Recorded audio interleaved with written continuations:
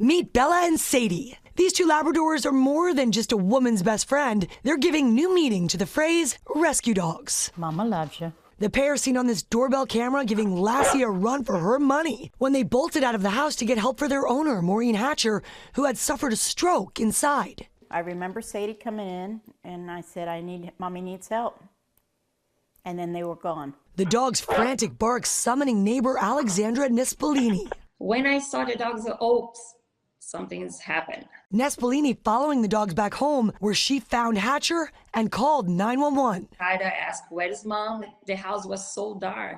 I was so scared to be inside, but it's like something's wrong. Paramedics arriving in time to get Hatcher the treatment she needed before suffering any major damage. By rights, I shouldn't be in the shape that I'm in. I had an angel across the street.